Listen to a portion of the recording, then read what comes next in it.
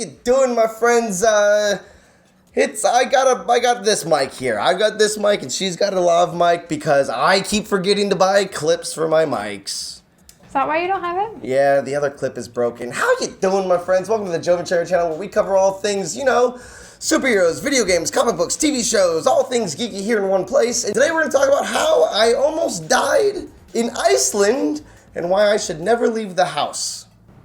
You didn't almost die. Are you kidding me? What a drama queen. I'm not a drama queen. Drama. You're a drama queen. Anyways, this is a little behind the scenes vlog about our trip to Iceland. And the reason we're vlogging about it is because I accidentally deleted all of the footage that I had for that trip. What a bummer. Yeah, did you know that?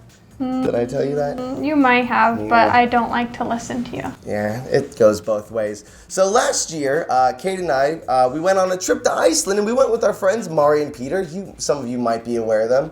But something that you might not know is that I've narrowly escaped death a number of times, and I thought I was down to my last life, but we've established that I may have just used my last life on this trip to Iceland. So, what did we do? Like, where did we go in Iceland? What was the plan in Iceland? Oh, we had a lot of things on the to-do list because there's one road that goes all the way around, and I wanted to take you guys all the way around so that you could see all that Iceland has to offer. Which is, some waterfalls, and then open road, and then waterfalls, and then open road, and then waterfalls, and more open road. Yeah, it's gorgeous. It's beautiful. The waterfalls were beautiful. What do we do there? Apparently, what was the Prometheus? Is that the one with the waterfall? Yeah. So the opening scene of Prometheus, apparently that waterfall we went to, and again I can't show you the footage. So maybe I'll just have my editor put a photo of me in that opening scene of Prometheus, and that's what it looked like when I was in Iceland. But then things got dangerous because we stopped somewhere because you had one goal going into this. Oh God, there's a dog here.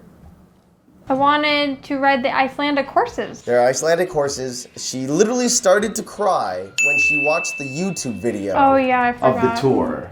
Yeah, it's so magical. She's gonna start to cry again. It was so nice. And when we got up there were so many fall colors, and the horses were so cute. Okay, well let's not talk about those beasts with such positive adjectives. Yeah. Horses are beasts. They are 1,000-pound war machines. Okay, let's just back up. Icelandic horses look like ponies There's a because Scotty they're so over here. small.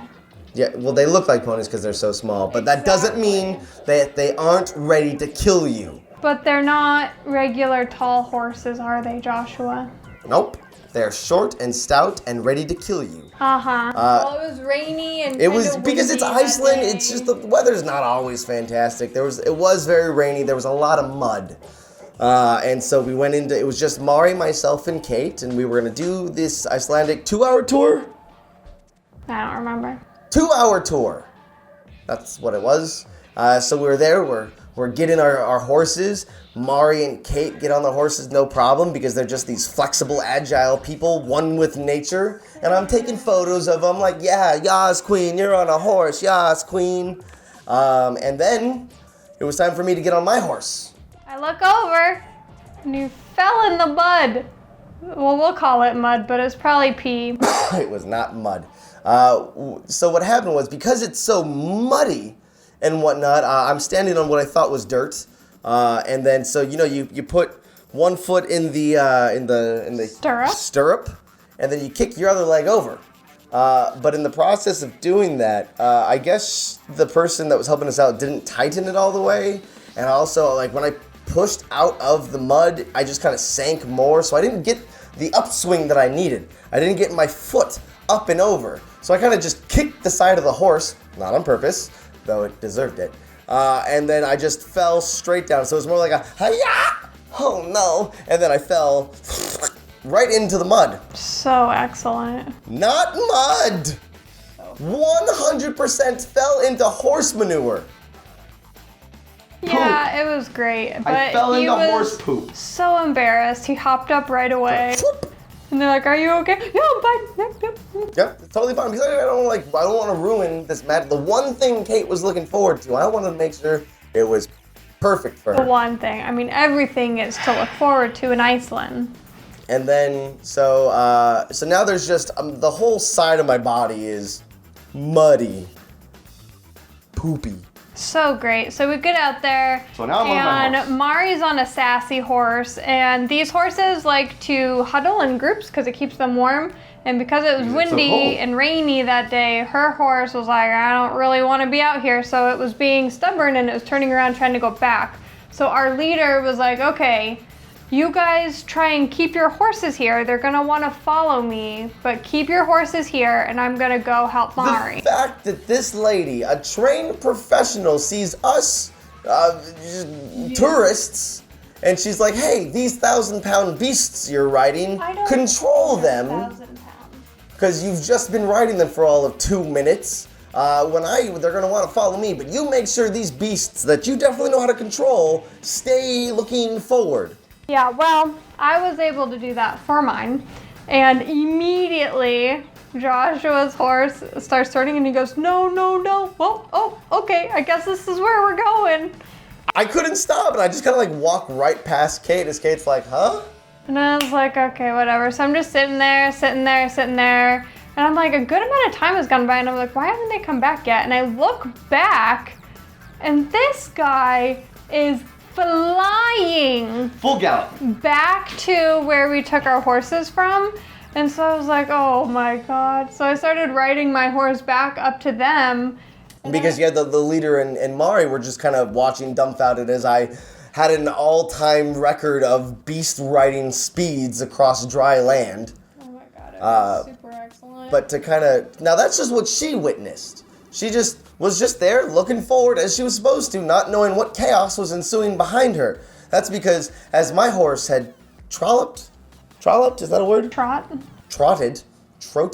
back towards the leader, thinking, oh, we're going back to the pen. Because here's the thing, the horses don't want to go on a walk. They just want to stay in their pen and hang out and eat. And so mine just trots back to the leader, and then when the horse, because the horse is smart because it's a beast, when it realizes, oh, we aren't going back, my horse is like, screw you. This guy doesn't know what he's doing. He already kicked me once. We're going back home whether he likes it or not. And then just starts riding.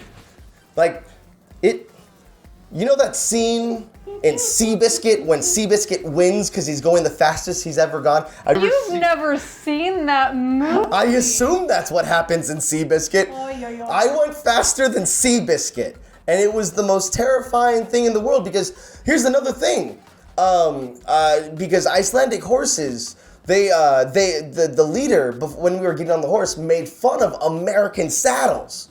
Because American saddles, you can like, whoa, and it like it brings their nose down. And it's maybe cruel, maybe it's breaking the animal to do as you will. And they're like, no, we don't believe that here in Iceland. We just believe in becoming one with the beast and then controlling it with our mind powers. That's probably not what she said because, first of all, the saddle has nothing to do with the horse. Hey. Your hair is covering the mic. Your hair is covering the I got a haircut, so that's not at all true. But anyways, the saddle doesn't pull on the reins. Don't talk into my mic, it'll cause an echo. Doesn't pull on the reins. Anyways, but freaking A, man. Something I forgot to mention about these horses. The one instruction that we got for these death machines was that when you're riding them, you're not, like, if you want them to go faster, you squeeze in the stirrups. So you squeeze their sides. American horses, you like click your heel on their side and they start to trot, and if you double clip, they gallop. And for these horses, you squeeze a little bit and they'll start to trot, and then they have, I forget what they called, maybe is it canter or no, I don't remember what they call it, but I wasn't listening. They do 5 different gaits, and there's one that's special to Icelandic horses, and it's a very smooth ride. Let me tell you, what I was doing was not smooth and not a ride. You were galloping. I was galloping. There's at least 1 foot at the ground at all times. Yeah, so that one was it's called a tolt. Tolt. There you go. And so if you squeeze them, they would start to tolt. So I knew, don't squeeze my legs because that means faster. So as I'm riding, I like kick out my legs It's because I don't want this horse to think I want it to go faster. So I'm pulling back. I'm like, whoa, whoa. I'm getting angry. I'm like, whoa, whoa, whoa. And then it doesn't do it. And because my legs are going, I wasn't going to make it. I felt myself starting to slide. So this is like already, as fast as I'm going, I'm a superhero. So it all slows down. And I'm like, this is how people die. This is how Christopher Reeve got paralyzed, I think. There was a horse involved. I was like, this is how my life ends. I'm just on this giant horse. So I have to bail from the horse on purpose because I felt myself slipping. And if I slip off, then it was going to be a much larger accident. So what Kate sees is just me looking super impressive. He's flying away, and he's like, boom, boom, boom, boom, boom, boom, boom, and his legs are out like this, woo! And then all of a sudden, he's off, and the horse just solo runs back to the stables, and I have to like super kick it out. I kick one leg out while I fling my body over. It was all very strategic how I did it. Fell right off that sucker. Once I'd fling over and then not get stomped. That word. Because I know that if I don't go over enough, it's gonna step on me and I'm gonna have broken bones. It could step on my face and then my eye's gonna bulge out, and that's really gonna ruin Kate's trip. So I don't want that to happen. But luckily, I swung the leg over and I made it. And I just fell off on the side. And then luckily, I had a helmet on. It was so important that I had a helmet on because I landed, but my head kept going. It went bonk right off the ground. And I didn't have a concussion or anything, luckily, because I was wearing that helmet. But I even knew it. As I landed, it was just I knew I wasn't out free. And I was like, do not get stomped on. And I kind of moved to the side a little bit as the legs start flying by. It was absolutely terrifying. And then I had a long, slow walk. Yeah, then he starts walking back. Our poor leader, she called back to the barn and she's like, oh, the horse ran back. And so she had another girl bring that horse back over, and the instructor put Joshua on her horse and she took the other one. But I felt so bad, and he was so sweet because he walks up and he's like, I'm so sorry, can we still finish the tour? Finished. We had barely started. Yeah, that's for sure. We barely got out of it. But it was very nice because he was upset that maybe he had ruined our tour for us. Yeah, because 100% the tour guide should have been like, oh, this guy should not be on a horse. You wait here.